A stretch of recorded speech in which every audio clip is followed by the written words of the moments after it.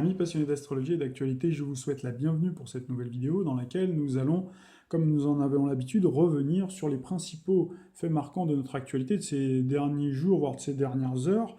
Et nous allons, dans un premier temps, parler de cette nouvelle lune qui s'est produite ce matin à 5h47 heure de Paris, donc dans le signe de la Balance, très exactement à 16 degrés 58 du signe de la Balance, en conjonction quasi parfaite avec le Soleil également installé dans le septième signe du zodiaque à 15 degrés 58.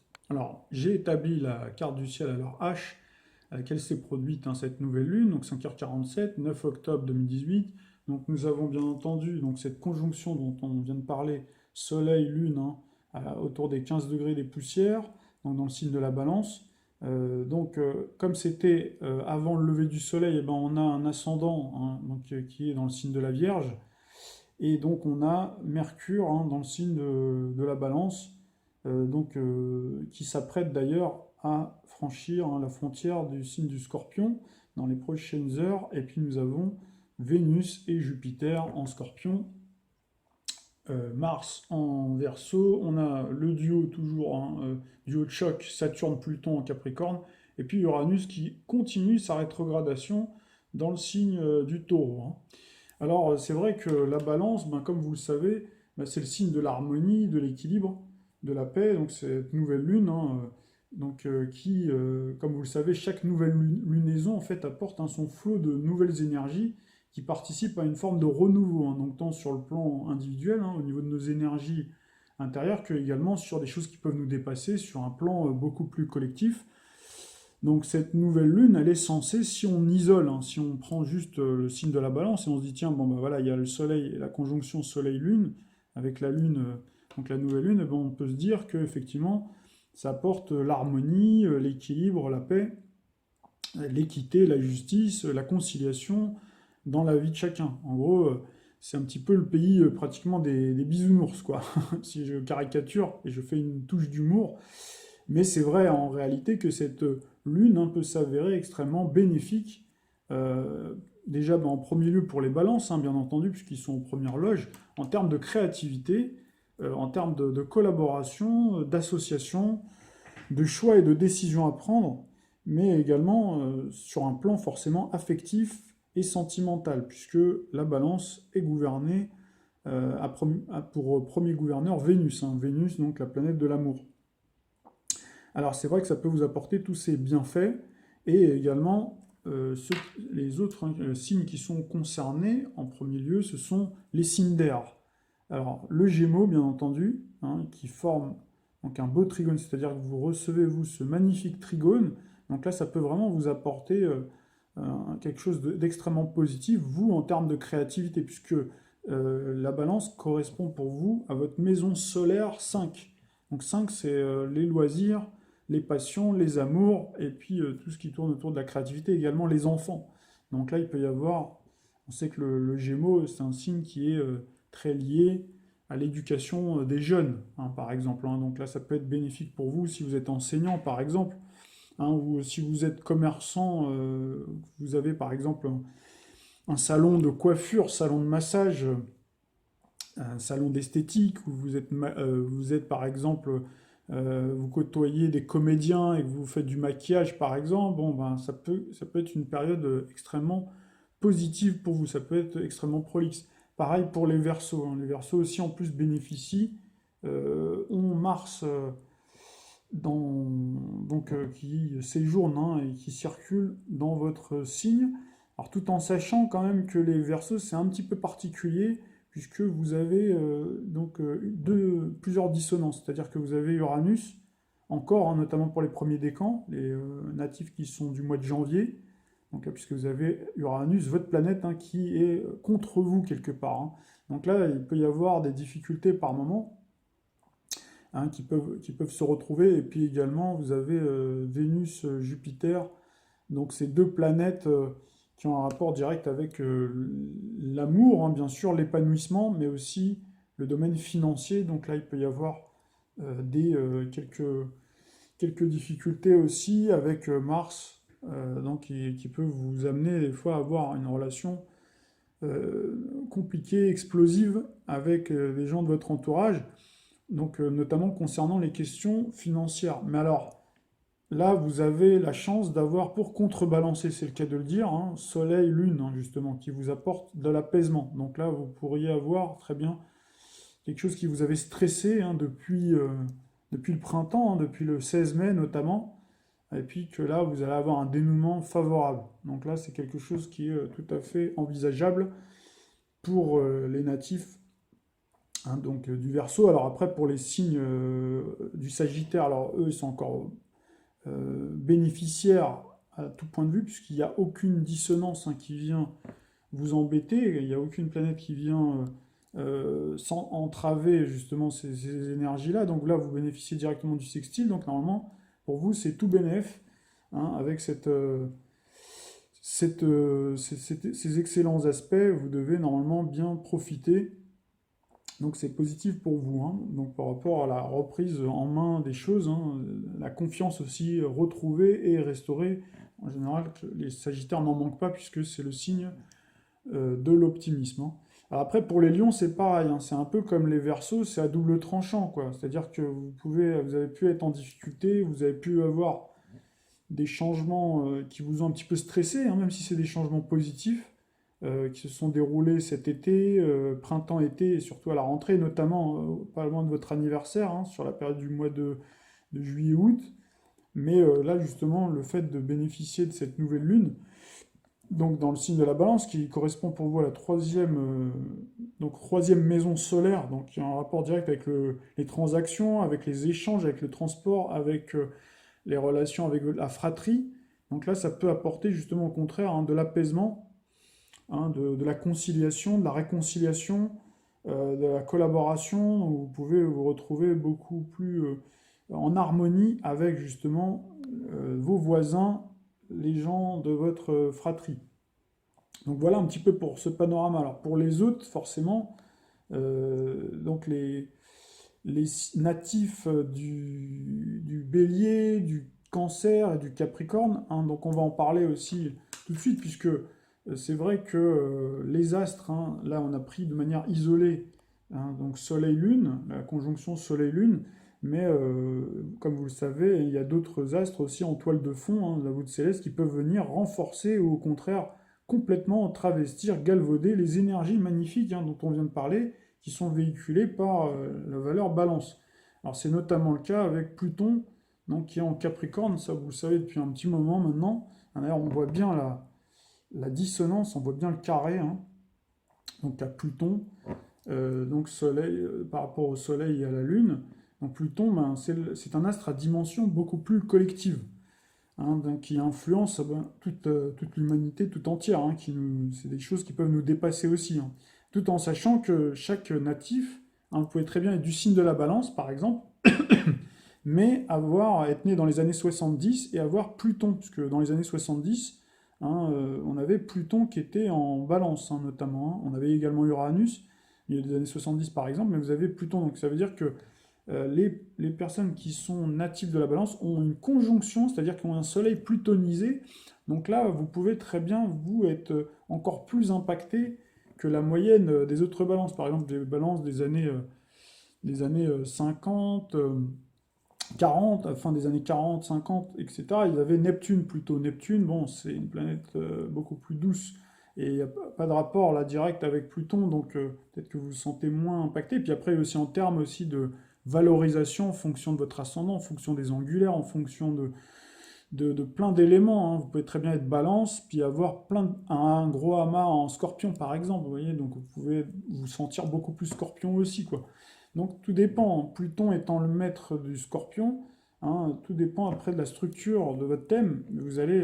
J'aurai l'occasion d'en reparler quand on évoquera les horoscopes, hein, de l'année prochaine, mais voilà, à chaque fois, il faut aussi toujours, quand on parle à un nombre important de personnes, puisqu'on est obligé de synthétiser, de parler uniquement du soleil et de généraliser. Alors c'est vrai qu'il faut quand même faire attention, parce que j'ai souvent des remarques me disant, oui, vous avez dit ça dans votre horoscope, moi ça me correspond pas, etc. Puis après, quand on jette un petit coup d'œil dans le détail du thème, on comprend pourquoi. que ça vous correspond pas du tout quelque part, hein. Enfin voilà. Donc tout ça pour vous dire que cette influence plutonienne, elle peut avoir vraiment un impact beaucoup plus fort sur le plan individuel. Normalement, c'est une planète beaucoup plus collective, on en a déjà parlé dans nos vidéos. En tout cas, c'est un astre de mutation, de transformation, c'est l'astre de la mort aussi en rapport avec la mort, mais également en lien avec la renaissance aussi et la résurrection. Donc ça peut être un moment aussi de régénération, de résurrection. Voilà. Après, sur le plan individuel, ben, Pluton peut vous apporter, si vous avez une vie un petit peu tranquille, un petit peu plan-plan, un petit peu rangée, donc les balances, c'est vrai, cherchent plutôt la paix, plutôt l'harmonie, hein, que les choses se déroulent plutôt gentiment, si vous voulez. Donc là, c'est vrai que Pluton peut vous apporter ce petit soupçon de passion, ce petit effluve là, de passion qui peut justement rehausser donc la valeur, hein, vous donner plus de goût encore à la vie, vous sentir beaucoup plus vibrer. Donc ça peut être pas mal, par exemple, hein, pour les personnes qui veulent vivre des sensations fortes, un peu plus fortes en tout cas. Alors après, ça peut aller beaucoup plus loin, on va en parler de suite. Alors c'est vrai que les signes cardinaux, ben, forcément vous êtes concernés, vous, cette fois-ci, hein, par cette dissonance-là. Donc la nouvelle lune vient activer. Donc Pluton et dans une certaine mesure également Saturne, même s'il est très loin en degrés, moi j'estime qu'il est quand même, à partir du moment où il est en Capricorne, hein, il rentre en ligne de compte. Donc là c'est vrai que les balances, puisque vous êtes vous aux premières loges, donc vous pouvez vous sentir angoissé, hein, vous sentir par moments sous tension, vivre des relations qui peuvent justement ben, être contraires à ce que je viens de dire tout à l'heure. Vous voyez, tout à l'heure j'ai parlé d'apaisement, de sérénité, d'équilibre, et là c'est complètement déséquilibré, c'est-à-dire avoir des rapports déséquilibrés, pourquoi pas avec votre hiérarchie, pourquoi pas avec quelqu'un de votre famille, puisque ça correspond à la maison 4, hein, maison 4 solaire. Donc maison 4 solaire, c'est en rapport avec la maison, la famille, les personnes proches de votre entourage, hein, les racines, hein, les gens qui font partie de vos proches, hein. Donc voilà, il peut y avoir des tensions avec également, donc pour les béliers également, hein, ils peuvent vivre à cause de cette opposition-là, hein. Donc là, l'opposition, c'est la complémentarité, donc c'est bien, mais avec cette dissonance-là, ça vient activer donc ces moments de tension. Donc là, il faut faire attention aux problèmes juridiques aussi, hein, juridiques, aux problèmes administratifs. Je sais que les béliers, eux, sont pas très, hein, c'est un signe d'action qui aime bien entreprendre, qui aime bien foncer, qui aime bien être sur le terrain, et ils n'aiment pas tout ce qui est paperasse, hein, tout ce qui est administratif, etc. C'est pas leur truc, hein, l'organisation. Donc là, ça peut être intéressant, c'est de collaborer, de pas être toujours de se dire que, parce que des fois on peut avoir des conseils, on peut avoir des gens autour de vous qui peuvent vouloir vous conseiller, vous seconder, vous aider, surtout si vous êtes à votre compte, vous faites quelque chose, il faudra savoir écouter. Puisque c'est vrai que les béliers ont tendance des fois à vouloir en faire qu'à leur tête. Parce qu'ils se disent, ben, c'est moi qui sais, puis c'est un signe très fier qui n'aime pas qu'on lui explique comment se passent les choses. Alors là, justement, il va falloir peut-être un peu plus écouter si vous ne voulez pas avoir des difficultés, notamment si vous êtes entrepreneur, par exemple. Hein, voilà, vous avez Saturne-Pluton. Donc là, hein, qui peut vous déstabiliser, vous mettre en difficulté sur le plan de votre hiérarchie, si vous êtes salarié, par exemple, ou si vous êtes en entrepreneur, auto-entrepreneur, en libéral, etc., ben, voilà, vous vous retrouvez avec des petits soucis sur le plan administratif. Donc on sait que pour vous qui êtes impatient, aller faire les files d'attente, c'est pas votre truc, hein. Donc voilà, vous pouvez déléguer ou vous pouvez être secondé par quelqu'un justement qui s'y connaît et puis qui aura beaucoup plus la patience, donc la patience que vous, hein. En tout cas, c'est sûr qu'il faudra redoubler de patience. Alors, c'est vrai que cette influence, donc, elle peut générer des relations toxiques, hein, donc aussi, hein, avec Saturne-Pluton.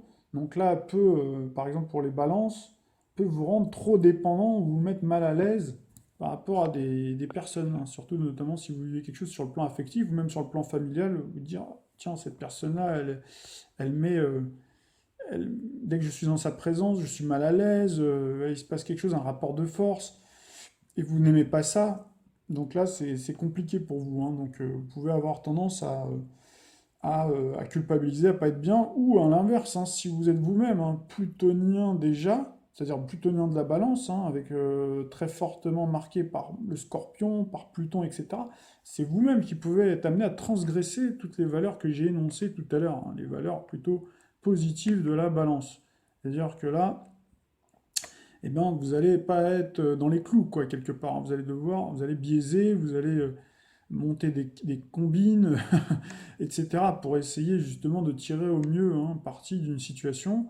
Donc voilà, en tout cas, c'est vrai que Pluton possède aussi la propriété, hein, de régénérer, de faire remonter, hein, à la surface des conflits latents ou des inimitiés, des rancœurs, hein, qui ont pu couver par exemple sous la glace, hein, du Capricorne depuis un moment, puisque le Capricorne c'est un signe qui est plutôt taiseux, qui est plutôt justement qui est en rapport avec l'hiver.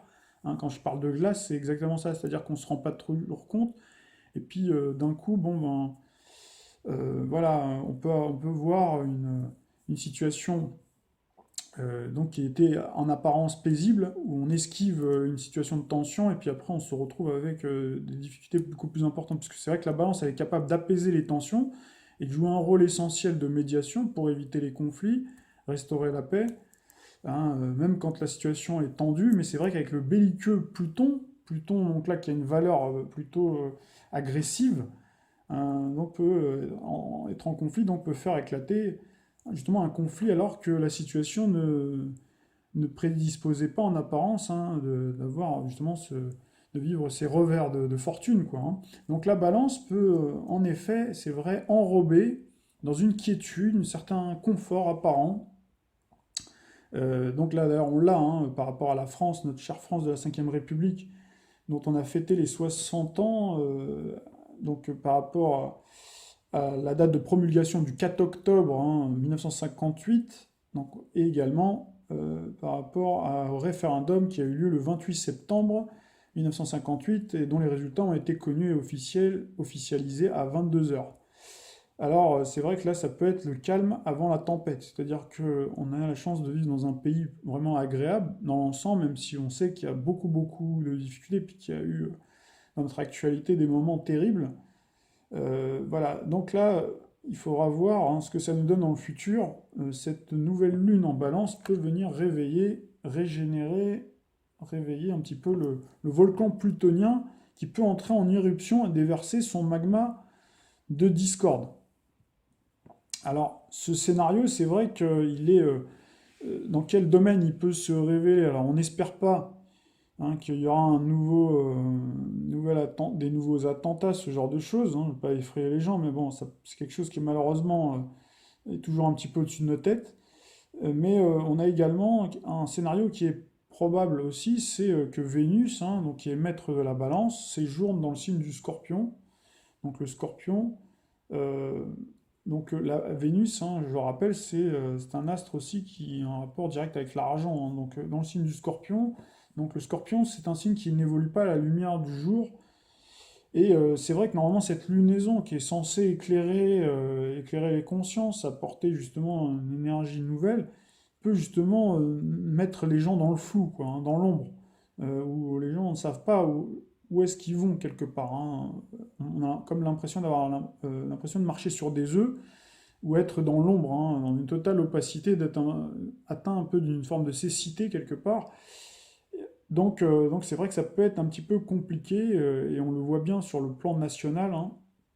Il y a beaucoup de gens qui s'interrogent, qui se demandent où nos dirigeants veulent nous emmener. Bon, ben nous, on s'est beaucoup exprimé déjà, donc là, je vous renvoie à tous les écrits, les vidéos, on va pas y revenir. Enfin, encore qu'on va certainement y revenir, mais par rapport à notre actualité du moment. Alors, c'est vrai qu'après, si on parle de choses beaucoup plus agréables, Vénus, bien entendu, en premier lieu, la planète de l'amour, qui est liée à la séduction, le charme, l'amour. Alors, en Scorpion, donc, elle est teintée d'érotisme, hein, d'extase, de moments intenses, puisque le huitième signe du zodiaque est réputé pour son intensité, sa passion, sa subtilité aussi, son côté énigmatique, mystérieux, mais aussi sa sexualité ardente, avec derrière des sentiments qui peuvent cohabiter, des sentiments moins glorieux, peut-être comme la jalousie, la vindicte, hein, qui peuvent ne pas être très loin de certains, hein, sentiments donc, qui sont nourris par justement le scorpion. Donc là, Donc ce sont les scorpions dont je parle, mais ça peut concerner les autres signes. Après, tout dépend bien entendu de l'architecture de votre thème. Alors, c'est vrai qu'en plus, on a l'opposition donc d'Uranus, hein, Uranus qui s'oppose au signe du Scorpion, qui est dans le signe du Taureau, qui est en train d'entamer son mouvement de rétrogradation.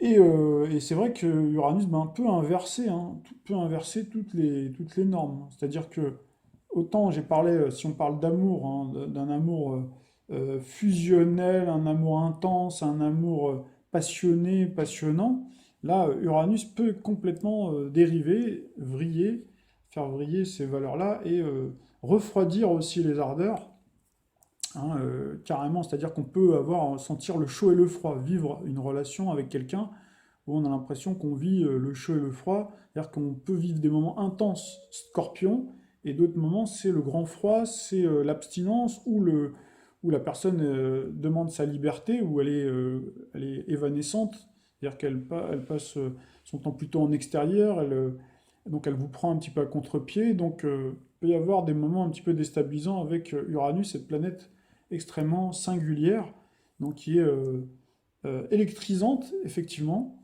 mais qui peut vraiment déstabiliser certaines personnes, donc notamment les natifs du Scorpion, mais également, j'ai cité tout à l'heure, hein, les natifs qui sont de signes fixes, hein, ce Lion, Lion, Verseau notamment, donc ils peuvent être effectivement impactés, et puis bien sûr Scorpion en premier lieu, puisque le Scorpion reçoit en plus Jupiter encore, hein, Jupiter qui finit sa course, et puis on a également Vénus, et bientôt Mercure. Donc là, ça peut être soit le coup de cœur, le coup de foudre, hein, la foudre d'Uranus, hein, Uranus qui pétrifie un petit peu donc Aphrodite, hein, la déesse de l'amour, et puis après vous avez aussi un peu le tout, et ça peut être tout ou rien quoi avec Uranus, hein, c'est un peu le tout et son contraire.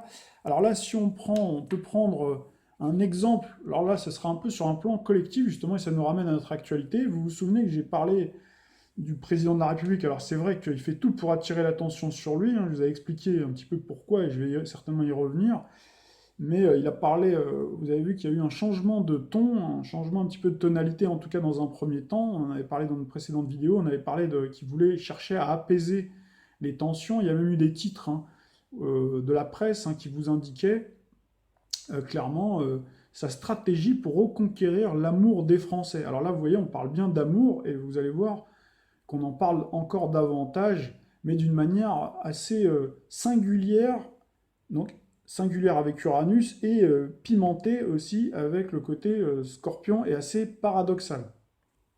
Alors, c'était un article du Point du 23 septembre dernier qui titrait «Le plan de bataille de Macron pour regagner l'amour des Français». Donc c'est vrai que c'est une stratégie, hein, de reconquête des cœurs, hein, de nos compatriotes après une séquence effectivement mouvementée où le président de la République, hein, s'inscrivait plutôt dans le registre des petites phrases polémiques, de toutes ces provocations. Donc vous voyez bien en fait, hein, que là on a bien la synchronicité, on en avait déjà parlé lors de la précédente vidéo. Là, je le redis aussi pour les nouveaux qui arrivent, et je les salue au passage, hein, et je salue également les anciens. Donc on a bien cette corrélation, hein, avec ce soleil qui s'invite en ce début d'automne, hein, donc dans le signe de la balance, et qui plus que jamais encore rehaussé avec justement cette conjonction donc lune-soleil. Donc là on retrouve bien justement l'idée, hein, de consensus, de conciliation, de recherche de diplomatie. Donc c'est une opération séduction, donc il n'y a rien d'un hasard, hein, vous le voyez bien. Mais alors vous avez vu après par contre que ben, il a pris un braqueur là quand il est arrivé à Saint-Martin-des-Antilles. On en a un petit peu parlé, mais vous avez vu que ça a fait une sacrée polémique, puisqu'il y a eu un contraste entre lorsqu'il a parlé avec l'horticulteur, hein, où il a carrément, il lui a parlé assez enfin, sèchement, en tout cas il n'a pas parlé avec la même complaisance, ou le même avec comment dirais-je, avec la délicatesse qu'on peut attendre justement du signe de la balance, lorsqu'il a dit bon ben il suffit de traverser la rue et puis vous trouverez du travail. Et puis vous avez après justement donc avec un ancien délinquant, un ancien braqueur. Là, vous voyez qu'il était beaucoup plus complaisant, mais également il l'a pris dans ses bras. On l'a vu dans des postures quand même assez particulières. Ça a fait toute une polémique d'ailleurs avec l'essayiste et philosophe Michel Onfray. d'ailleurs, qui s'en est donné à cœur joie. J'ai vu ça sur YouTube, et vous avez vu que ça a fait toute une polémique, où il a même été boycotté. Elle a été carrément traitée d'homophobe, etc. Parce que c'est vrai que dans sa tirade, hein, vous pourrez aller jeter un coup d'œil sur Internet, il y va pas avec le dos de la cuillère. Alors voilà, hein, il fait des allusions carrément sexuelles. C'est même pas des allusions, c'est clairement sexuel. Il parle de doigts, de choses assez crues, quoi, justement. Et là, on retrouve bien, justement, Vénus en Scorpion, justement. Donc, on retrouve bien Vénus, donc dans le signe du Scorpion, donc le signe qui aime, si vous voulez, comment vous dirais-je, qui peut donner son amour à quelqu'un justement d'un petit peu, comment dirais-je, un peu bad boy, vous voyez? C'est-à-dire que là, on a bien le contraste entre justement quelqu'un, bon, qui est plutôt, qui ressemble à Monsieur et Madame Tout le Monde, hein, qui est plutôt quelqu'un de rangé, qui a sollicité le conseil du président, donc ou en tout cas qui lui a fait part de ses difficultés d'avoir un emploi, qui est horticulteur, mais de manière plutôt respectueuse, etc., posée. Et puis, vous avez vu un petit peu il a un peu pris de haut, hein, voilà, il y a une forme de condescendance, etc.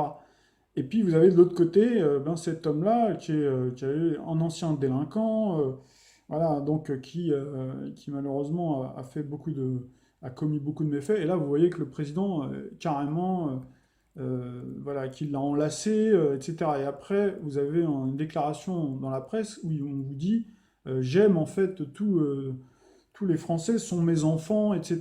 Donc on voit en fait le contraste, et c'est là où on retrouve Uranus, Uranus qui sépare, vous voyez l'opposition à Uranus. Donc là on retrouve bien la singularité, on retrouve bien aussi le lien sans doute à ces mœurs aussi qui sont assez... Voilà, moi je ne veux pas rentrer dans le détail, je pense que ça a été suffisamment fait par d'autres, mais voilà, donc je vous laisse après, vous avez certainement votre propre opinion, mais on retrouve bien là justement Uranus qui est là pour dénaturer, pour donner hein, une autre tendance, si vous voulez, une autre orientation à l'amour, quoi. Vénus, hein, donc la planète de l'amour. Voilà, donc cette image, elle est surréaliste, effectivement. Elle a choc. Donc là, on a bien l'électrochoc hein, d'Uranus. Et pourquoi aussi Uranus donc pourquoi Vénus en Scorpion peut impacter le président de la République, puisque lui, il a Mars, Uranus. Hein. Vous vous souvenez qu'il a Mars très fort en Lion. Donc le Lion, vous voyez qu'il y a une dissonance par rapport au Scorpion. Hein. On retrouve justement Vénus, Vénus-Jupiter. Et puis on a toujours cet Uranus en Taureau. Et lui a Uranus en Scorpion, hein, le président de la République. Hein, d'accord. D'ailleurs, il l'a de mémoire, on pourra revérifier, mais c'est en maison 9. Hein, d'accord. Maison 9, maison en rapport avec tout ce qui est extérieur, tout ce qui est étranger quelque part. Donc voilà. Donc ça veut dire qu'en fait, quelque part, bon, là, cette image-là, vous voyez, jamais on verra, on aurait vu un autre président faire ce genre de geste, quoi, hein, enlacé, en plus torse nu, donc un ancien détenu. Donc là, à mon avis, il y a beaucoup de Français qui ont dû, en voyant ça, je pense qu'ils ont dû péter un boulon quelque part. Hein. Ça, je me mets à la place. C'est assez facile de l'imaginer. D'ailleurs, il suffit d'aller jeter un coup d'œil sur les réseaux sociaux. Donc voilà, mais comme je vous l'ai dit, il n'est pas à la provocation près, quoi. C'est-à-dire que M. Emmanuel Macron est là pour attirer l'attention sur lui, qu'on parle de moi en bien ou en mal, mais qu'on parle de moi quand même. Donc pendant que on parle d'Emmanuel Macron, qu'on l'aime ou qu'on l'aime pas, parce qu'il y a des gens qui l'aimeront de toute façon, hein, mais c'est quelqu'un qui divisera très fortement, hein, qui a tendance à cliver, ça on l'a dit déjà de longue date, et ça crée justement une fracture, ça augmente encore la fracture sociale, hein, qui est concept hein, né dans les années 95, repris par Jacques Chirac. Là, c'est même plus la fracture sociale, c'est le gouffre donc qu'on est en train de vivre. Hein. Alors là, vous avez un article de 20 minutes donc qui titre hein, L'Assemblée nationale autorise la privatisation de la Française des Jeux. Alors c'est vrai qu'après la privatisation hein, des sociétés d'autoroutes, hein, sous les mandats précédents, de l'aéroport de Paris et l'Engie qui sont également en cours, on a donc cette fois-ci la FDJ, hein, donc Fédération française des Jeux, donc qui vient d'être actée. Alors c'est vrai que j'ai publié hein, sur Facebook un petit post en fait hein, voilà, pour continuer toujours dans la lignée de ce que je fais depuis un petit moment pour expliquer en fait hein, d'où vient tout ça, d'où viennent toutes ces privatisations en cascade, hein, puisque ça on le fait nous à travers des vidéos, mais il y a beaucoup de gens bon, qui ne sont pas au courant. Et justement, hein, le but d'Emmanuel Macron, c'est justement de concentrer, de polariser toute l'attention sur lui, pour justement pas qu'on parle finalement de ces sujets importants, même si vous voyez qu'ils font bien l'objet d'articles de presse, et donc on ne voit pas finalement donc tout ce qui se passe en sous-main. Et donc là, vous voyez bien qu'on parle bien de l'opacité, on parle toujours après à nouveau de Pluton, hein. Donc c'est vrai que notre gouvernement euh, veut à chaque fois nous faire croire, hein, effectivement, que c'est lui qui a la paternité de toutes ces mesures qui sont prises, alors qu'en réalité, il ne suit, enfin je dis le gouvernement, mais surtout l'arène médiatico-politique, hein, le grand théâtre, hein, de l'arène médiatico-politique qui est là justement pour nous faire croire que c'est bien Emmanuel Macron, que c'est lui le responsable, c'est lui la tête pensante, si vous voulez, alors qu'en réalité, hein, il ne suit qu'une feuille de route donc qui est inscrite, hein, dans les fameux GOPÉ et dans les traités de l'Union européenne, instauré pardon, par le traité de Lisbonne, hein, donc notamment, si vous lisez, hein, on l'avait déjà dit pour la SNCF, hein, l'article 106, hein, qui impose l'ouverture à la concurrence des services publics au privé. Donc voilà, là vous avez encore une fois la démonstration que ce traité a de très très lourdes conséquences justement dans la vie, hein, des Français, puisqu'il s'agit en fait d'un droit, c'est un droit supranational, hein, donc il prend le pas sur justement les lois françaises, donc il vient finalement piller, qui vient spolier le patrimoine national commun. Donc c'est vrai qu'on est tous d'accord pour dire, et c'est ce que j'ai mis d'ailleurs sur mon poste, hein, que les services publics à la française doivent être toilettés, hein, pour éviter les abus, mais c'est quand même un héritage qui date de très longtemps, du Moyen Âge, hein, si on remonte, hein. Et donc normalement, c'est quelque chose qui nous appartient à tous collectivement, et qui ne doit pas faire l'objet justement d'une transaction, hein, d'offrir ça sur un plateau aux petits copains pour faire plaisir au monde de la finance, hein. Et donc c'est vrai que les services publics, hein, sont censés justement, on l'avait déjà dit à plusieurs reprises, hein, maintenir la cohésion nationale, donc une certaine équité et justice sociale, donc là on parle bien des valeurs balance, hein, dans le traitement des citoyens. Alors après, ceux qui ne font pas attention à ça, eh ben, il ne faudra pas qu'ils s'étonnent si justement on dérive petit à petit vers une société à l'anglo-saxonne où vous avez des gens qui sont à un âge très avancé, jusqu'à 80 ans, voire plus, hein, qui jusqu'à même la fin de leur vie sont obligés de travailler, c'est-à-dire qu'ils n'ont pas de droit à la retraite, hein, et puis que vous voyez de plus en plus de SDF, hein, on voit aux États-Unis, hein, il suffit de jeter un coup d'œil sur Internet, vous verrez, j'avais déjà publié une fois une vidéo là-dessus, hein, où on voit donc des no man's land, on voit des rues entières comme ça avec des tentes, je sais pas quelle marque ils ont là-bas, mais voilà, imaginez un peu ici des kilomètres et des kilomètres de tentes Quechua. Bon, ça, si les gens veulent une société comme ça, eh bien, effectivement, ils peuvent s'en foutre royalement de tout, et puis se polariser sur Monsieur Macron, et puis suivre le feuilletonnage présidentiel qui nous est proposé. Donc c'est vraiment bien dommage, puisque la France, quand même, c'est un magnifique pays, dont d'ailleurs les ancêtres ont relevé de nombreux défis pour gagner leur liberté. Et voilà, c'est aux Français maintenant de se saisir de ça et d'essayer de regarder derrière les apparences et de ne pas toujours se polariser sur monsieur Macron et tout son gouvernement, même si on est obligé d'en parler, mais nous on en parle, mais en parlant du dessous des cartes, pas en suivant le feuilleton comme je sais que beaucoup le font en regardant BFM TV, et tous les médias, et en pensant, mordicus, que c'est M. Macron qui de son propre chef, décide de tout ça. Alors bien entendu que c'est lui qui décide de la méthode, mais après, dans le fond, tout est déjà cousu de fil blanc. Voilà. Alors, pour mémoire, bon, ça, je l'avais déjà dit, ce traité, il a été ratifié dans le dos des Français, donc déjà, ça, c'était une première. Vous voyez, on avait la première salle, la première, comment dirais-je, trahison, la première forfaiture, hein, c'était en 2008, hein, au moment où on a eu Pluton qui amorçait son transit, hein, donc qui symbolise, hein, l'argent caché, hein, la Banque mondiale, l'opacité, le secret, donc on vient tout à l'heure de parler, également des forces occultes, hein, qui pratiquent, il faut le dire aussi, des rituels, hein, innommables dont je ne peux pas parler ici, des choses vraiment abjectes, et ça, il faut vous renseigner aussi. Donc je peux juste vous dire que, hein, il y a tout ce qui tourne autour. Vous voyez, quand on parle de Pluton, on parle de sexualité. Et Pluton est en Capricorne. Le Capricorne, qui est un signe qui est opposé. Donc c'est le grand patriarche qui est opposé au signe du Cancer, le signe de l'enfance. Voilà, je vous laisse deviner et faites votre propre recherche. Vous verrez, c'est tout simplement abject. Et voilà, il y a beaucoup, beaucoup de choses. Vous voyez, quand on nous parle de cette théâtralisation, tout est fait finalement pour vous écarter de choses beaucoup plus essentielles, c'est le cas de le dire, hein. Donc voilà.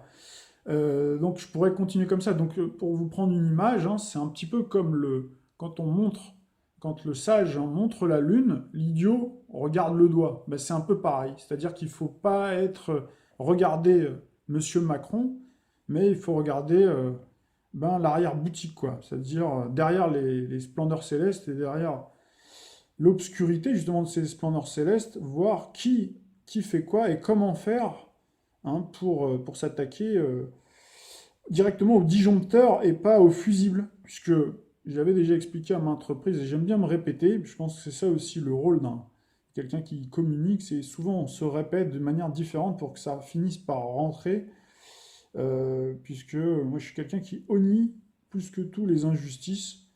Même donc moi j'avais mis d'ailleurs sur la publication, j'avais mis que de toute façon on sait très bien qu'on ne pourra pas changer, hein, on est bien conscient qu'on ne peut pas changer le monde comme ça, que ben, c'est vrai on est un peu comme Don Quichotte hein, qui se battent contre des moulins à vent. Mais voilà, s'il y en a certains qui peuvent prendre conscience des choses et puis et arrêter de tomber justement dans le panneau quelque part, et ben ce sera toujours ça de gagner, de ne pas se laisser abuser, de ne pas se laisser manipuler, puisque si on reprend le slogan de la Française des Jeux, à qui le tour, et ben vous avez le détricotage là, de la sécurité sociale, des retraites, tous ceux qui ont cotisé de toute leur vie, hein, qui ont passé quand même un contrat, c'est-à-dire qu'on leur a dit, bon, bah, vous travaillerez 40 ans et vous aurez tant de retraite. Puis là, aujourd'hui, on vient leur dire, non, ben, vous allez avoir beaucoup moins. En tout cas, aujourd'hui, c'est un peu moins et demain, ce sera beaucoup moins. Voilà, donc vous voyez qu'il y a quand même quelque chose qui ne va pas. Et là, on parle bien d'injustice, donc on retrouve bien l'inversion hein, de la hiérarchie des normes. On pourrait parler aussi des pensions de reversion, c'est-à-dire les personnes, donc ça, on l'a déjà dit, hein, des personnes qui malheureusement n'ont plus de conjoint et qui sont censés percevoir justement donc leur retraite, la retraite que percevaient leurs conjoints de leur vivant, mais là aussi qui vont être amputés, pareil. Donc là, on parlera des hôpitaux, on parlera bientôt aussi malheureusement de notre argent et nos maisons. Tout à l'heure, nous avons dit que Vénus hein, symbolisait l'équilibre, symbolisait bien sûr donc l'harmonie, l'équilibre, la justice, mais également donc la balance, hein, c'est le premier gouverneur de la balance. Et donc là, au sens propre, on parle aussi sur le plan financier de la balance des paiements. C'est-à-dire que vous avez d'un côté le seul débiteur et de l'autre côté le seul créditeur. Donc sur un plan collectif et européen, donc on a le solde par exemple de la balance des paiements Target 2, donc qui est fortement déséquilibré. Donc ça, il y a peu de gens qui forcément le savent. Donc ça, j'ai dû en parler, je crois, lorsqu'on a fait les vidéos sur l'euro. Je crois que c'était au mois de juin, au début de la compétition du mondial. Et donc, je vous conseille ben, de jeter un coup d'œil sur un article. Hein. Les articles qui parlent de la balance des paiements Target 2, où on voit un déséquilibre complet à cause de la parité donc du taux de change fixe hein, de l'euro. Comme vous savez, l'euro, qui a une cote mal taillée pour beaucoup de pays, mis à part l'Allemagne, eh ben, vous retrouvez en fait une balance complètement déséquilibrée avec des créances qui avoisinent, hein, qui ont même dépassé, je crois, les 1000 milliards d'euros pour l'Allemagne. Et on voit l'Italie, par exemple, hein, qui a un déficit de 450 milliards et quelques. Hein. Donc là, vous avez bien sûr tous les pays du Sud. Plus vous descendez dans le Sud, donc on a déjà eu la Grèce. Ça aussi, c'est une des raisons qui fait que la Grèce elle a eu de grosses difficultés. Donc là je vous invite, hein, c'est vrai qu'il faudrait toute une vidéo entière pour expliquer ce qu'est la balance des paiements, le fameux Target 2, mais je vous invite à vraiment vous jeter un coup d'œil parce que ça explique beaucoup de choses, hein, mais forcément tout ça on ne vous l'expliquera pas hein, dans les médias. Et là, c'est là où on retrouve encore le côté rose bonbon, hein, justement, de la balance, d'accord, où tout est édulcoré quelque part. Hein. D'accord? Donc il en va de même également pour la crise financière et krach boursier qui couve. Alors là, j'avais déjà expliqué sur d'autres vidéos que ben, c'est toujours difficile de donner une date. On s'était lancé. Là, on rentre dans une période justement charnière. Hein, on va avoir un agglutinement des astres qui vont se concentrer en scorpion, notamment on va avoir Mercure qui va rejoindre Vénus, donc Mercure, la planète des échanges avec Vénus, en conjonction, et on va avoir donc toujours le Soleil qui finira sa course hein, dans le signe de la Balance. Donc là, j'avais donné des dates et on y est là quasiment. Donc on verra si avant la fin de ce cycle-là, avant la fin du mois, va-t-il se passer quelque chose ou pas? Est-ce qu'il y aura une variation dans les taux? Est-ce qu'il y aura une alerte? Ou est-ce que ce sera reporté à beaucoup plus tard? Auquel cas, si c'est plus tard, eh ben, la crise sera encore plus importante, voire dévastatrice, hein. Et là, on a un article aussi qui peut vous alerter. Vous voyez, c'est comme une sorte de faisceau, c'est-à-dire que quand les gens vous disent ouais, mais bon, là tu me dis ça, mais alors il faut regarder d'autres sources. Et quand on voit par exemple qu'on a un article qui vient de paraître le 3 octobre dernier qui vous dit qui vous parle de le vrai montant de la dette de la France, c'est pas 2000 milliards d'euros, mais 6500 milliards, parce qu'en fait il y a des dettes cachées, c'est une sorte de fourre-tout. Hein, donc ça vient de valeurs actuelles, hein, une sorte de fourre-tout où on vous cache en fait des dettes. C'est-à-dire que quand je dis caché, c'est comme si on maquillait. Et là, on retrouve bien en fait le maquillage, l'embellissement et le maquillage des comptes. C'est-à-dire qu'en fait, le maquillage fait référence à la balance, hein. D'ailleurs, il y a beaucoup de balances qui peuvent être des professionnels du maquillage, dans le bon sens du terme. C'est-à-dire que le maquillage, c'est utilisé pour rehausser, pour magnifier la beauté, hein, la beauté de la femme et même de l'homme s'il doit passer en télé. On voit qu'il y a des hommes aussi qui sont maquillés avant de passer en télé, pour bien passer à l'écran, quoi. Sauf que là c'est du maquillage qui est fait pour je dirais, cacher hein, sous le tapis la laideur, hein, toutes les difficultés qui sont réelles. Donc là, je vous invite à lire, vous verrez cet article, en fait, hein, il vous explique bien, c'est un dossier un peu fourre-tout, donc c'est une manière en fait de bien présenter les comptes.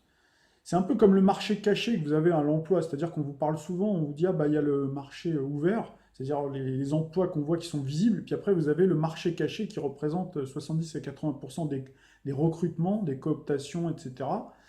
Donc qui se font sous le manteau, donc il faut aller chercher le marché caché, c'est ce qu'on vous explique hein, pour trouver un emploi d'ailleurs.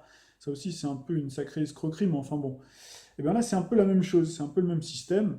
Hein, donc vous avez APL, retraite des fonctionnaires. Tiens, donc vous voyez, on retrouve encore les retraites des fonctionnaires, les garanties de l'État, le grand fourre-tout de tous les engagements que l'on veut cacher. C'est-à-dire c'est tous les engagements que l'État a pris justement vis-à-vis des fonctionnaires, vis-à-vis des retraités, vis-à-vis de tout ce qui tourne autour du social, mais qui représente une manne extrêmement importante et qui pourrait ne pas être honorée si jamais justement il y avait une remontée des taux, s'il y avait encore hein, s'il y avait par exemple l'Italie qui faisait défaut. C'est-à-dire que là, on est vraiment en train de jouer au funambuliste, et donc on retrouve bien encore une fois l'équilibre de la balance. Donc là, on retrouve bien aussi une manière de fuir, c'est-à-dire qu'à la fois, on peut avoir la population qui peut fuir les difficultés, c'est-à-dire qui ne veut pas aller regarder, qui préfère continuer à être bercé d'illusions. Comme je crois que c'est Nietzsche hein, qui disait ça, il disait qu'on a peur parfois d'entendre la vérité parce qu'on a peur que nos illusions se détruisent. Et effectivement, on peut voir beaucoup de gens qui peuvent mettre la tête dans le seau pour pas voir. Et pareil, hein, bien aidé aussi par les médias qui vont pas vous parler de tout ça. C'est comme par exemple dans la vie de tous les jours aussi, si vous avez un conflit, vous savez qu'il y a quelque chose qui ne va pas, mais vous ne voulez pas le régler de suite, et ben ça vous explosera à un moment donné à la figure quelque part, hein, si vous fuyez, hein. Donc là, on retrouve hein, une réalité. Donc là, on retrouve bien la réalité de Capricorne, hein, donc il peut rattraper justement la balance. Donc vous voyez Pluton qui est en dissonance avec Saturne, hein, Saturne, principe de réalité, qui est en dissonance à la balance, donc qui peut rattraper justement hein, cette triste réalité peut rattraper justement le côté agréable, hein, les belles valeurs justement de la balance si la balance avait pris le soin peut-être de moins, je dirais, osciller, de moins tergiverser. Justement, c'est le reproche qu'on peut faire à certains natifs, et d'aller tuer dans l'œuf hein, le problème plutôt que d'attendre qu'ils deviennent beaucoup plus colossaux. Et là, s'ensuit après, ben, malheureusement, vous voyez, les vagues justement de violence, hein, qui sont des valeurs incarnées par le signe du bélier, le signe qui est plutôt opposé, puisque c'est un signe beaucoup plus spontané, beaucoup plus franc, beaucoup plus cash, beaucoup plus direct, beaucoup plus explosif. Cette journée du 9 octobre a été jalonnée par ce mouvement social, hein, donc cette grève qui a été plutôt suivie, donc qui a pu se dérouler dans l'ensemble plutôt que paisiblement, à l'instar justement de la balance, hein, qui est le défenseur du droit et de la justice sociale, comme dégénérer ou générer par les aspects négatifs qu'on a mentionnés, notamment Pluton, hein, l'astre des grandes machinations, lorsqu'il est en mauvaise posture, qui peut venir un petit peu saboter justement ses revendications par la présence de casseurs. Donc là, on parle souvent des Black Blocs, et je crois qu'il y a eu déjà quelques échauffourées. Donc voilà un petit peu ce qu'on peut dire sur cette manifestation. Donc on a dit de toute façon qu'elle n'aurait aucun effet. Toutes les manifestations désormais, les mouvements sociaux et les grèves, de la manière traditionnelle, n'apporteront rien du tout. Le gouvernement, ce n'est pas du tout ça qui va le faire reculer, puisque de toute façon, maintenant, il n'a pas de crainte, comme par exemple en 1995, quand on a vu la grande grève, hein, la grande mobilisation sous le gouvernement de Juppé. Là, les gouvernements avaient encore un peu peur, puisque on était sous une gouvernance, si je puis m'exprimer ainsi, de Pluton dans le signe du Sagittaire, pas encore en Capricorne, n'avait pas encore le contrôle total des opérations. Et donc là, ça veut dire que les électeurs avaient encore, et les citoyens avaient encore leur mot à dire, et pouvaient faire chuter un gouvernement. Or, aujourd'hui, ce n'est plus le cas. Aujourd'hui, vous pouvez vous rouler par terre, vous pouvez faire ce que vous voulez, ça ne changera rien. Il y a d'autres solutions dont on avait parlé, mais malheureusement qui ne seront pas très peu suivi. On parle aussi d'un remaniement. Donc là, on nous parle de la longue attente, hein, du nouveau gouvernement se poursuit. Et là, on retrouve bien justement la balance qui sait se faire désirer avant de donner son verdict, avant de prendre une décision, avant de faire le choix. Donc là, on voit bien justement les tergiversations justement donc de ce remaniement. Donc là, où on va changer le casting, d'accord? On va changer donc les têtes, hein, le casting dans la forme si chère justement à la balance, c'est-à-dire de nouvelles têtes, de nouveaux costumes, nouvelles cravates, nouveaux tailleurs pour les femmes, mais pour conserver la même politique. Et là, on retrouve bien le caractère conservateur, hein, du signe du Capricorne, où séjournent justement Pluton et Saturne, le second maître, hein, second maître de la balance. Alors sur le plan international, il faut aussi surveiller, c'est très important, c'est vrai qu'on n'en a pas beaucoup parlé, et je vais quand même en dire quelques mots, hein. Donc un conflit qui couve avec l'Iran, dont le thème est marqué par le bélier, hein, donc il est le signe opposé justement à la balance, hein. Donc, on va regarder tout à l'heure, on va jeter un petit coup d'œil à la carte du ciel de la fondation de l'Iran au moment de la révolution islamique, hein, du 1er avril 1979 à minuit 1 à Téhéran. Donc vous verrez que, comment dirais-je, le signe de l'Iran, c'est le bélier, hein, d'accord? Et c'est vrai que la dernière fois que l'Iran a été en guerre, hein, c'était contre l'Irak, et le conflit avait débuté justement sous le signe fin Vierge, début Balance. C'était le 22 septembre 1980.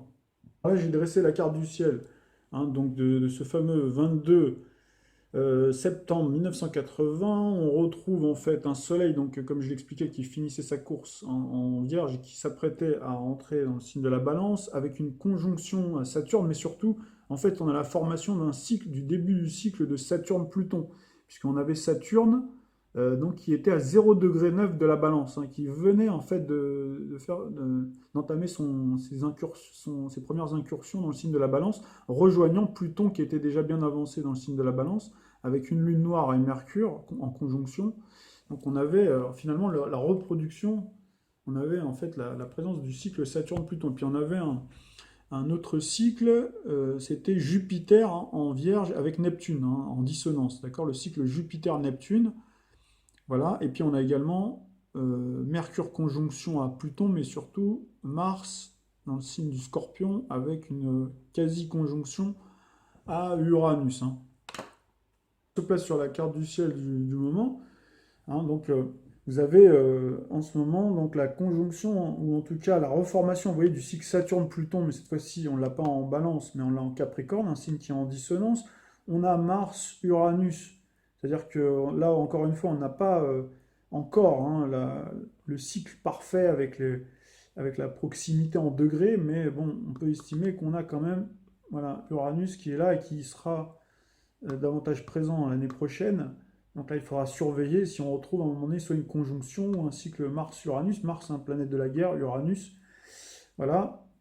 Et puis on a Jupiter en ce moment, pour le moment, qui est plutôt en cycle, forme un cycle apaisé, avec Jupiter en Scorpion, avec Neptune. Donc là, c'est un cycle positif, mais demain matin, on va avoir Jupiter, à partir du mois de novembre et sur toute l'année 2019, on va avoir Jupiter, Neptune. Donc là où on a la reproduction en fait, hein, à l'inverse, c'est-à-dire que dans les années 80, donc au moment de la guerre contre l'Irak, on avait Jupiter qui était en Vierge et Neptune qui était en Sagittaire. Et là, on a Jupiter donc qui sera en Sagittaire et Neptune qui sera en Poisson, c'est-à-dire le signe opposé à la Vierge. Donc en fait, on a la reproduction d'un cycle fou jumeau. Donc il faudra voir plutôt sur les années qui arrivent, mais c'est vrai que pour le moment, on voit que le pays est vraiment. Les pays, les belligérants sont à couteau tiré entre l'Arabie Saoudite, Israël, l'Iran. Donc là, vous avez. Bon, je ne vais pas rentrer plus dans le détail, mais vous avez plein d'explications aussi sur le net pour vous expliquer les dessous des cartes. Vous avez sur la carte du ciel de la République islamique d'Iran, donc vous avez le soleil en bélier qui forme en fait un. Vous voyez là, il y a un axe de fragilité, l'opposition à Pluton. Pluton, la planète de la mort, et puis on a Mars, donc maître du bélier, donc qui est en poisson. Le poisson, d'ailleurs, le signe hein, en rapport avec le religieux, la spiritualité. Et on a un mauvais aspect à Neptune, mais surtout on a un axe, un cycle avec Uranus. Donc là, on retrouve bien Mars-Uranus, hein, d'accord. Donc ça montre aussi que le pays, c'est un pays qui est dur au combat quelque part, hein. Voilà, le bélier, de toute façon, c'est un signe qui est téméraire, hein, qui n'a peur de rien, donc qui ne se laissera pas faire si jamais il y avait un conflit, hein. Et puis on va avoir en plus un Jupiter donc, qui va transiter le Sagittaire, donc là on retrouve bien un Neptune donc, dans le signe du Sagittaire justement, hein. Donc là il faudrait voir dans le futur ce que ça peut donner, mais le risque est plus pour nous occidentaux, à tout point de vue, hein, parce que ils sont lourdement armés. C'est pas l'Irak, hein, et les États-Unis n'ont plus la même, comment dirais la même puissance de frappe. Ils sont obligés de s'appuyer sur les pays intermédiaires pour pouvoir faire la guerre. Et on a vu ce que ça peut donner avec l'Arabie Saoudite, notamment avec le Yémen, hein, qui n'a pas été capable, bien qu'il soit aidé des États-Unis, logistiquement parlant, à tout point de vue, hein. On voit bien que l'Arabie Saoudite n'est pas parvenu à venir à bout du Yémen. On a la même chose aussi si on devait monter la carte de la Syrie et du dirigeant syrien. Vous verrez en fait que, pareil, là on retrouve aussi pas mal d'astres en bélier, et puis notamment le dirigeant syrien Bachar el-Assad, et en fait est du signe de la Vierge. Et la Vierge en fait est soutenue par Saturne, Pluton, et soutenue par Uranus en taureau. En tout cas, à partir du printemps, parce que là on a déjà Uranus en taureau, et on a vu d'ailleurs qu'ils ont gagné du terrain. Et puis, donc sur le terrain militaire, mais ça se caractérise aussi par le soutien des Russes, hein. Mais c'est pas forcément Uranus hein, qui symbolise hein, le soutien russe, si on devait le replacer dans un contexte planétaire, mais plutôt le fait qu'Uranus vienne soutenir Bachar el-Assad et on a Saturne-Pluton montre en fait que les États-Unis, ou en tout cas les, surtout les États intermédiaires comme nos dirigeants français qui sont vraiment là pour le coup, on voit bien qu'ils sont inféodés à Washington parce que les faucons de Washington, eux, savent très bien ce qu'ils font. Mais par contre, les dirigeants français qu'on a, ils sont suivistes et donc du coup, ils se sont fait avoir quelque part, quoi, hein. Donc ils ont bien vu qu'avec la Syrie, ça n'a pas du tout eu la tournure qu'ils avaient estimé. Ils pensaient avoir une victoire rapide et en fait, c'est pas du tout le cas.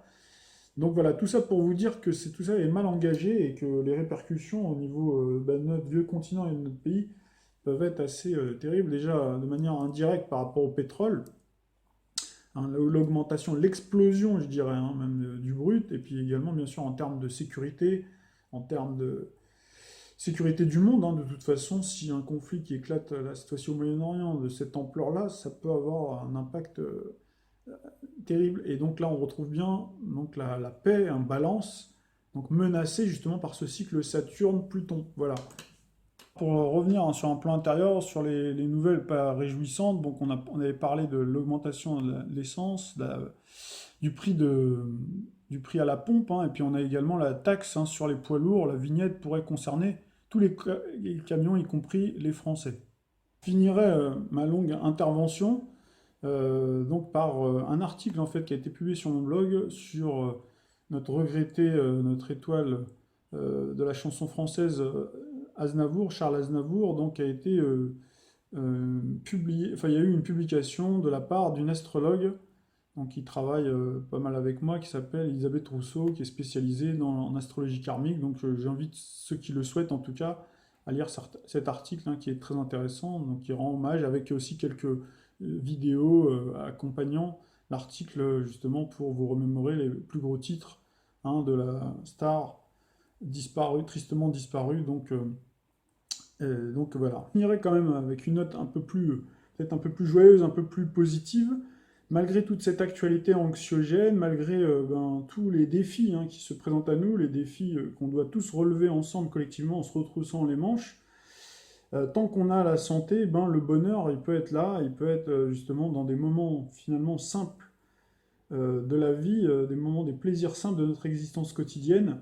Hein, et donc je tenais à vous le rappeler en musique et vous dire qu'il y a des espaces de bonheur chez chacun. En tout cas, je vous le souhaite hein, dans vos vies à tous, avec un chanteur qui est justement natif de la Balance, hein, donc que vous connaissez tous, qui s'appelle Christophe Maé et qui avait chanté Le bonheur, il est où? Voilà. Et je vous dis à bientôt pour une prochaine vidéo. J'ai fait la gueule, j'ai fait semblant, on fait comme on peut. J'ai fait le con, c'est vrai, j'ai fait la fête, ouais. Je croyais être heureux, mais y a tous ces soirs sans pote, quand personne sonne et ne vient. C'est dimanche soir dans la flotte, comme un con dans son bain, essayant de le noyer mais il flotte. Ce putain de chagrin. Alors, je me chante mes plus belles notes et ça ira mieux demain. Il est où le bonheur?